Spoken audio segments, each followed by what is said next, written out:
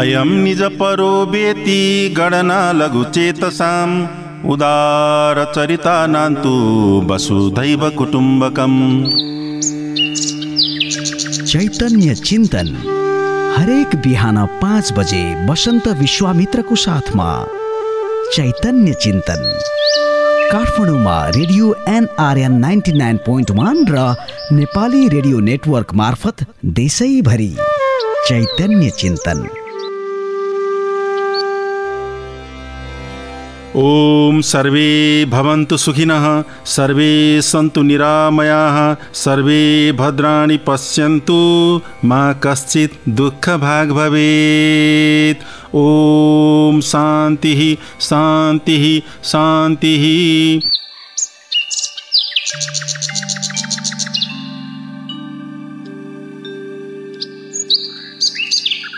नमस्कार, म बसन्त विश्वामित्र बिउझाउन आइसकेको छु चैतन्य चिन्तनका साथमा। चराहरू चिरबिर चिरबिर गर्दै गीत गाएर बिहानी बोलाइरहेका छन्। डाँडामा घाम पनि झुल्किसके, सबै उठिरहेका छन्। नउठेको भए हजुर उठ्नुहोस्, जाग्नुहोस् र तयार हुनुहोस् आफ्नो उद्देश्य प्राप्तिको महान यात्रामा। उपनिषद भन्छ चरै बेती अर्थात् चलिरहनु, केही गरिरहनु, हात बाँधेर कहिल्यै नबस्नु। बिहान बिहान जे सोचिरहनु भएको छ, जे गर्दै हुनुहुन्छ, सबै कर्महरू सफल बनुन्। जहाँ जहाँ हुनुहुन्छ खुसी र सुखी रहनुहोस्। शारीरिक, मानसिक र आध्यात्मिक रूपले स्वस्थ र मस्त रहनुहोस्। धेरै धेरै शुभकामना छ। भनिन्छ बिहानीले शुभ दिनको सङ्केत गर्दछ। हामी पनि आजको दिनलाई शुभ, फलदायी र उत्सवमय बनाउन भगवान शिवले माता पार्वतीलाई सुनाउने गरेको अमृत कथा राम कथा सुनौं र सुनाऊं। आदिकवि भानुभक्तको नासो, उहाँकै भाव र शैलीको कल्पना गर्दै रामायण पढौं र भनौं म पनि पढ्छु रामायण। आवाज निकाल्न नमिल्ने ठाउँमा हुनुहुन्छ भने मनमनै गुनगुनाएर, आवाज निकाल्न मिल्ने ठाउँमा भए मज्जाले पढौं रामायण। आउनुहोस् हामी अयोध्या काण्डको 121औं श्लोकबाट सुरु गरौं। अत्रिको बिन्ती सुनि हुकुम पनि भयो, लौ सीता भित्र जाऊ। अत्रिकी पत्नी भेटिकन अब तिमीले जल्दी फर्केर आऊ। आफ्ना नाथको हुकुम यो सुनिकन खुसीले भित्र सीताजी जाई। भेटिन् वृद्धा बहुत भइकन बसिरहन्या अत्रिकी पत्नीलाई। सीताले पाउमा शिर गरिकन बहुतै प्रेम बुढीमा बढाइन्। जोर जोर कुण्डल र सारी दिकन ती बुढीले अङ्गराग फेर चढाइन्। यसले शोभा निरन्तर दृढ पनि रहला, यो पनि बिन्ती लाइन्। सीताजीलाई आशिष दिकन अनुसुयाले ताहाँ हर्ष पाइन्। सीता र लक्ष्मण सहित गरी रामलाई भोजन दिन्छु भनी खुब शीत चिज बनाई। भोजन गराई रघुनाथ की जानी माया, ताहाँ सपत्नी भई राम की कीर्ति गाया। आज हामी 123 श्लोकसम्म पूरा गरी अयोध्या काण्ड पूरा गरेका छौं। यहाँ अत्रि पत्नी अनुसुयासँग सीताको भेट र सीतालाई अनुसुयाले दिव्य वस्त्र र आभूषण दिएका प्रसङ्ग रहेका छन्। भानुभक्तीय भाषा रामायणमा अयोध्या काण्डमा 123 श्लोक रहेका छन्। जनकपुरबाट विवाह सम्पन्न गरी अयोध्या फर्केपछि रामायणको अयोध्या काण्ड सुरु हुन्छ। रामको राज्याभिषेकको तयारी, रानी कैकेयीका कारण रामको वन प्रस्थान, भरतले रामलाई अयोध्या फर्काउन गरेका प्रयास र रामका खराउ लिएर भरतले फर्की नन्दीग्राममा बसी राज्य सञ्चालन गरेका प्रसङ्गहरू अयोध्या काण्डमा आएका छन्। आध्यात्मिक दृष्टिले हेर्दा जहाँ युद्ध हुँदैन त्यो अयोध्या हो। अयोध्या काण्डमा युद्धका कुनै प्रसङ्ग छैनन्। रामको राज्याभिषेकको रमाइलो परिवेश एकाएक वनवासको अप्रत्याशित र दुःखद घटनामा बदलिएको छ। तैपनि यहाँ कुनै अप्रिय घटना, लडाई झगडा केही भएका छैनन्। राम खुसी साथ वन जान तयार भए। यही नै अयोध्या काण्डको मुख्य विशेषता हो। राम, सीता र लक्ष्मण वनवासका लागि जाँदै गर्दा वाल्मीकि ऋषिसँग भेट भएको र वाल्मीकिले आफू उल्टो राम नाम अर्थात् मरा मरा जपेर वाल्मीकि बनेको भन्ने प्रसङ्ग रमाइलो छ। जिज्ञासा उत्पन्न हुन सक्छ, नाम जप गर्दा के फाइदा हुन्छ? विद्वानहरू भन्छन्, राम नाम जप्दा अन्तःकरण शुद्ध हुन्छ। हाम्रो अन्तःकरण वासनाका कारण मैलो भएको हुन्छ। मनमा दुनियादारीको रङ्ग चढेको छ। यसलाई पखाल्नलाई राम नाम उच्चारण गर्नुपर्छ। राम शब्दको ध्वनिले शरीरमा कम्पन गराउँछ। कुनै पनि कार्य हुनका लागि स्पन्दन हुन जरुरी छ। जसरी हामी ट्युनिक, फर्क अथवा चिम्टालाई हातमा हिर्काउँछौँ, त्यहाँ कम्पन उत्पन्न हुन्छ। कम्पनबाट ध्वनि उत्पन्न हुन्छ।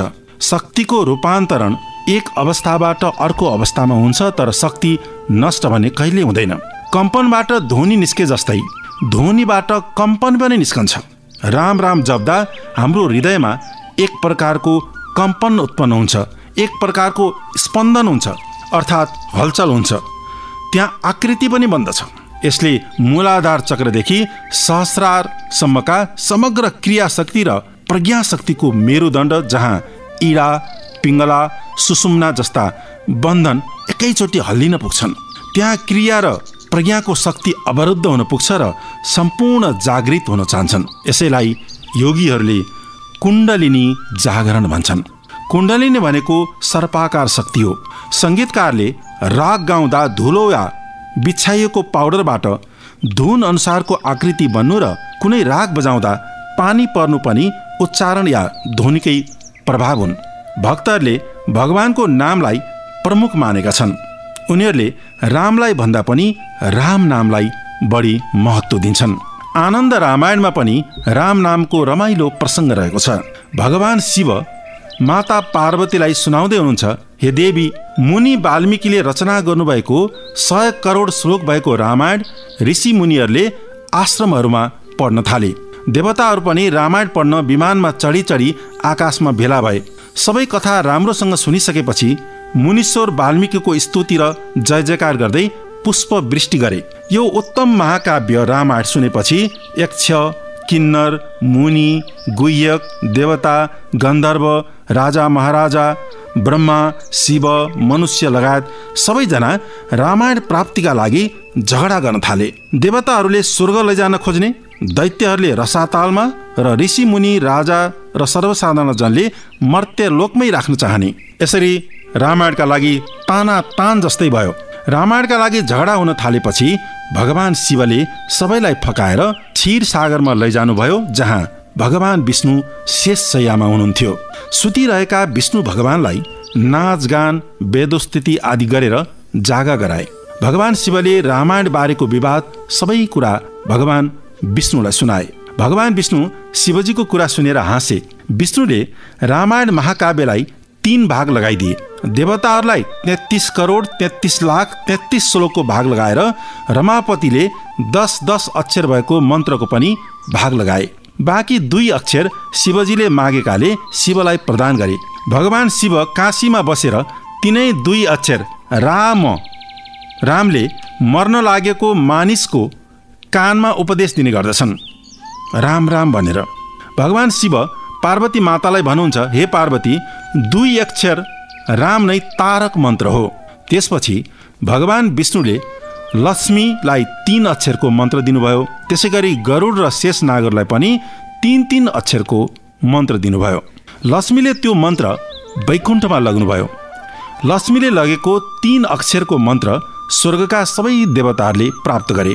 शेष नागले पाएको मन्त्र पातालवासीलाई प्राप्त भयो। गरुडले पाएको 3 अक्षरको मन्त्र भूमण्डलवासीहरूलाई प्राप्त भयो। भगवान शिव पार्वती मातालाई भन्दै हुनुहुन्छ, ती मन्त्रको गुप्त स्वरूप मन्त्र शास्त्रबाट जान्न पनि सकिन्छ। भगवान विष्णुले भाग लगाइदिएको 3 भागमध्ये 1 भाग देवताहरूले स्वर्गतिर लगे, दोस्रो भाग पाएका नागहरूले पातालतिर लगे र तेस्रो भाग पृथ्वीमा रहन गयो। पृथ्वीमा भएको भागलाई विष्णु भगवानले 7 द्वीपमा बाँड्नुभयो। हरेक द्वीपलाई 4 करोड 76 लाख 19,000 47 श्लोक मिल्यो। बाँकी रहेको 4 श्लोक ब्रह्माजीलाई दिनुभयो। 7 भागमध्ये 2 भाग पुष्कर द्वीपवालालाई दिनुभयो। उनीहरूलाई 16 मन्त्र श्लोक छुट्टा छुट्टै पनि दिनुभयो। फेरि शाकद्वीप, क्रोञ्चद्वीप, साल्मली द्वीप, प्लक्षद्वीप र कुश द्वीपको भागमा परेका श्लोकहरूलाई पनि 9 देशका भाग लगाइदिनुभयो।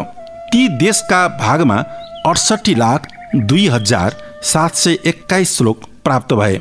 7औं जम्बूद्वीपको भागबाट नेपाल, भारत लगायत 9 देशमा बाँडिदिनुभयो। बाँकी रहेको 1 अक्षर श्री 9औं खण्डमा छाडिदिनुभयो। त्यसैले श्री जुन मन्त्रमा पनि राख्न सकिने साझा बन्यो। भगवान शिवले पार्वती मातालाई भन्नुहुन्छ, यसैबाट कलियुगमा दशानन लगायतले समय अनुकूलको रामायण बनाउनेछन्। ऋषिहरूले पनि असङ्ख्य रामायण लेख्नेछन्। विचारशील मानिसले ती रामायणलाई पनि वाल्मीकि रामायणभन्दा फरक किसिमले हेर्नु हुँदैन। भगवान शिव भन्नुहुन्छ, यो त सार मात्र हो। पुरा रामायण भन्न त 5 मुख भएको मैले दिव्य अरब वर्षसम्म गाए पनि यो पूर्ण गर्न सक्दैन। अरूको के कुरा। भगवान स्वयं पृथ्वीमा व्यासको रूपमा अवतार लिई यहाँ भएको रामायणबाट 17वटा पुराण रच्नेछन्। व्यासजीलाई सबै पुराण इतिहास ग्रन्थ लेखेर पनि आत्मसन्तोष नभएपछि सरस्वती नदीको किनारमा गएर बस्नेछन्। त्यही समयमा ब्रह्माजीले नारदलाई भगवान विष्णुबाट प्राप्त 4 श्लोक दिनुहुनेछ। नारदजीले त्यही 4 श्लोक वीणामा राम्रो स्वरले बजाउँदै सत्यवतीका छोरा व्यास कहाँ गएर उपदेश गर्नेछन्। व्यासजीले तिनै रामायणका 4 श्लोकलाई शान्त चित्तले विस्तार गर्नेछन्। त्यही 4 श्लोक अर्थात् चतुश्लोकीलाई मानिसलाई मोहित पार्ने 18,000 श्लोकको श्रीमद् भागवत अर्थात् 18औं पुराणको रचना गर्नेछन्। यसै कारणले भागवतको भाषा अरू पुराणको भन्दा विलक्षणको हुनेछ।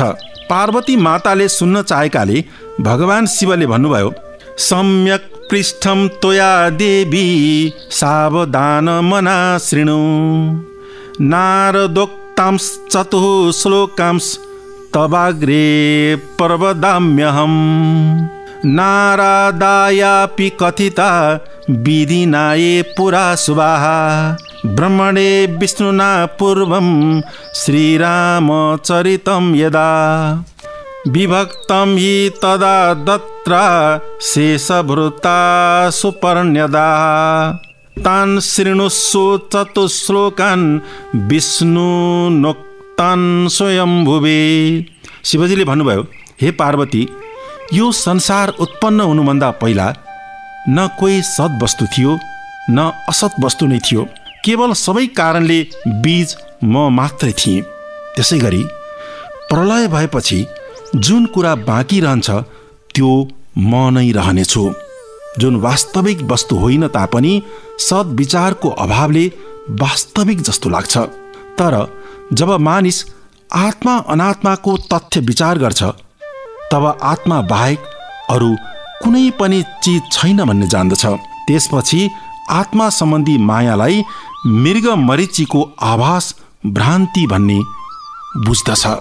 भगवान विष्णुले ब्रह्माजीलाई सुनाएको चतुश्लोकी भागवत एकचोटि उच्चारण गर्न चाहन्छु। अहमे वासमे बाग्रे नान्यत् यत् सत् सत् परम पश्चादहम यदे तच्च यो वशिष्येत सोऽस्म्यहम्। अर्थात् सृष्टि हुनुभन्दा पहिला म मात्र थिएँ। त्यस समयमा मदेखि अतिरिक्त न कुनै स्थूल पदार्थ थियो न सूक्ष्म पदार्थ थियो।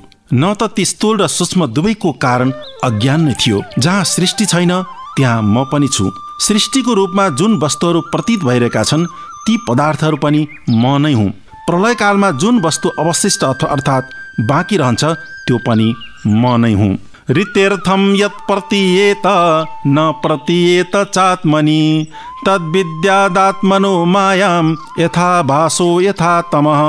अर्थात् वास्तवमा नभइकन पनि जुन अनिर्वचनीय वस्तु मदेखि अतिरिक्त 2 चन्द्र झैँ मिथ्या रूपले प्रतीत भइरहेको छ अथवा भइकन पनि आकाश मण्डलका नक्षत्रहरूमा राहुको प्रतीति नभए झैँ मेरो प्रतीति जसको कारणले भइरहेको छैन त्यसैलाई तपाईँ मेरो माया हो भन्ने जान्नुहोस्। यथा महान्ति भूतानि भूतेषु चावचेष्वनु परविष्टान्य परविष्टानि तथा तेषु न तेष्वहम्। अर्थात् जसरी प्राणीहरूका पञ्चभूत रचित साना ठुला शरीरहरूमा पञ्चमहाभूत परिविष्ट पनि छन्, ती भौतिक पदार्थहरू उत्पन्न हुनुभन्दा पहिले कारण रूपले विद्यमान हुनाले म पनि सो संसारको उपादान कारण हुँ। उपादान कारण आफ्नो आफ्नो कार्यमा अनुस्यूत हुने हुनाले म संसारका सम्पूर्ण पदार्थहरूमा प्रविष्ट पनि छु। विचार गरेको खण्डमा मदेखि अतिरिक्त कुनै पनि वस्तु कहीँ पनि नहुनाले म तिनीहरूमा अप्रविष्ट पनि छु, अर्थात् छु पनि छैन पनि। एतावदेव जिज्ञास्यं तत्त्व जिज्ञासुनात्मनः अन्वय व्यतिरेकाभ्याम यत्स्यात् सर्वत्र सर्वदा। अर्थात् आत्माको तत्त्वलाई जान्न चाहनेले यति विचार गर्नुपर्दछ कि अन्वय र व्यतिरेकद्वारा जुन वस्तु सधैँ सब ठाउँमा छ त्यही नै वास्तविक तत्त्व हो। अयोध्या काण्डमा श्रीरामको चरित्र अनुकरण गर्न लायक छ। श्रीराममा गुणै गुणहरू थिए। उहाँमा भएका धैर्यता, सहनशीलता, कर्तव्यपरायणता, सत्यवादिता, मातृभक्ति, पितृभक्ति यस्ता गुणहरूको जति प्रशंसा गरे पनि कम हुन्छ। अहिले मानिसहरू सत्ताका लागि मरी हत्या गर्छन्, लुछाचुनी गरिरहेका छन्, तर श्रीराम पिताको आदेशमा राज्य छोड्न र वनमा जान तयार हुनुभयो। स्वयं राजाले कैकेयीको बसमा परेर मैले जे भने पनि मैले भनेको कुराको वास्ता नगरी राज्य गर, यो कुरालाई पनि श्रीरामले स्वीकार गर्नु भएन। माता कौशल्याको आग्रहमा श्रीरामले भन्नुभएको कुरालाई वाल्मीकि रामायणमा यसरी लेखिएको छ। नास्ति शक्ति पितुर्वाक्यम समतिक्रमितुं मम प्रसादये त्वां शिरसा गन्तुमिच्छाम्यहं वनम्। अर्थात् म चरणहरूमा शिर राखेर हजुरसँग प्रसन्न हुनका लागि प्रार्थना गर्दछु। ममा पिताको वचन टार्ने शक्ति छैन, त्यसकारण म वनतिर नै जान चाहन्छु। वन जानु अघि सीतालाई रामले सम्झाउनुहुन्छ। वाल्मीकि रामायणमा यसरी उल्लेख गरिएको छ। भ्रातृपुत्र समौ चापि द्रष्टव्यौ च विशेषतः त्वया भरत शत्रुघ्नौ प्राणै प्रियतरौ मम। अर्थात् हे सीता, मेरा भाइ भरत र शत्रुघ्न मलाई प्राणभन्दा पनि प्यारा छन्, यसकारण तिमीले उनीहरूलाई आफ्ना भाइ र पुत्रको समान अथवा त्यो भन्दा पनि बढी प्रिय सम्झनु पर्दछ। श्रीरामलाई फर्काउन भरतजी वनमा पुग्छन्।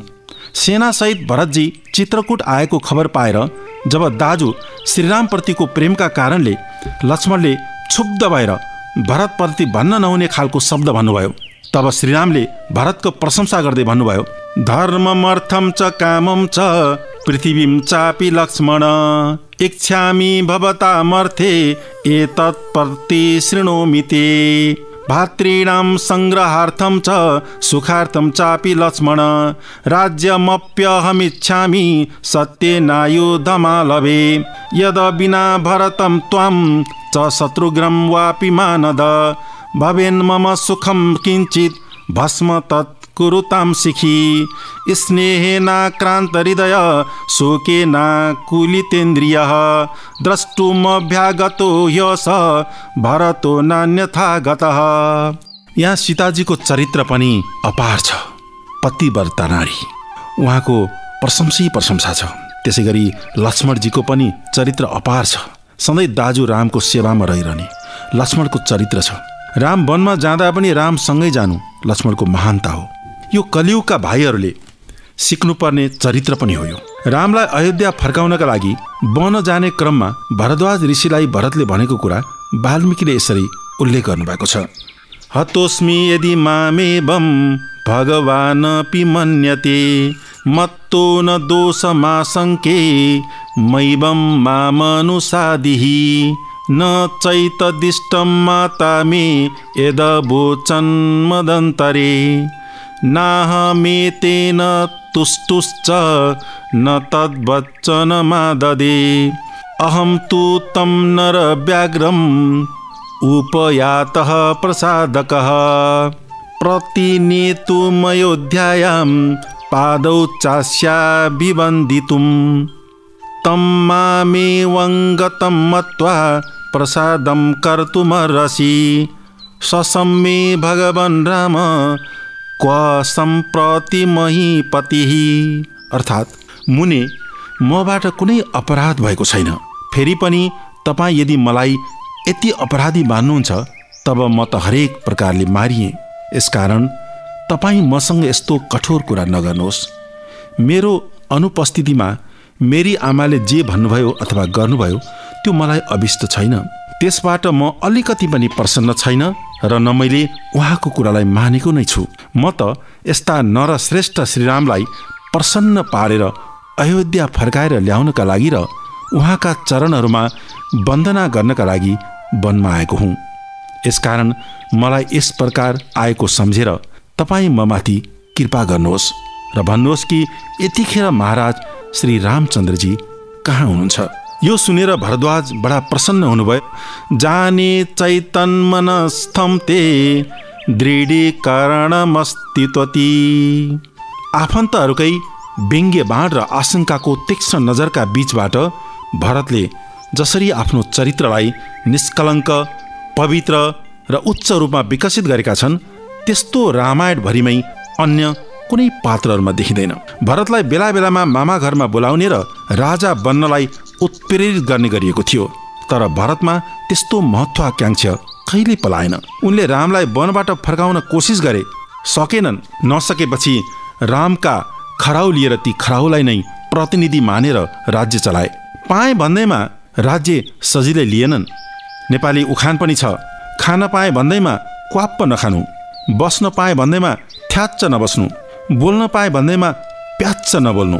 भोजपुरीमा पनि यसलाई यसरी भनिन्छ, पानी पिए छानके, बाणी बोले जानके। यसलाई नीतिशास्त्रमा पनि यसरी उल्लेख गरिएको छ। दृष्टिपूतं न्यस्यत्पादं वस्त्रपूतं पिबेत् जलम शास्त्रपूतं वदेत् वाक्य मनपूतं समाचरेत्। यसरी अयोध्या काण्डमा भरतको महिमा धेरै नै महत्त्वपूर्ण छ। अहिलेका पुस्ताले पनि राम, भरत, लक्ष्मण, शत्रुघ्नको चरित्र बुझेर उनीहरूको अनुसरण गर्न सक्ने हो भने समाज कस्तो हुन्थ्यो होला। अयोध्या काण्डको प्रसङ्गसँगै आजका लागि बिदा चाहन्छु। भोलि बिहान 5 बजे आरण्य काण्डका साथ चैतन्य चिन्तनमा भेट हुनेछ। हजुरको दिन शुभ रहोस्। नमस्कार। यो नेपाली रेडियो नेटवर्क, यो नेपाली रेडियो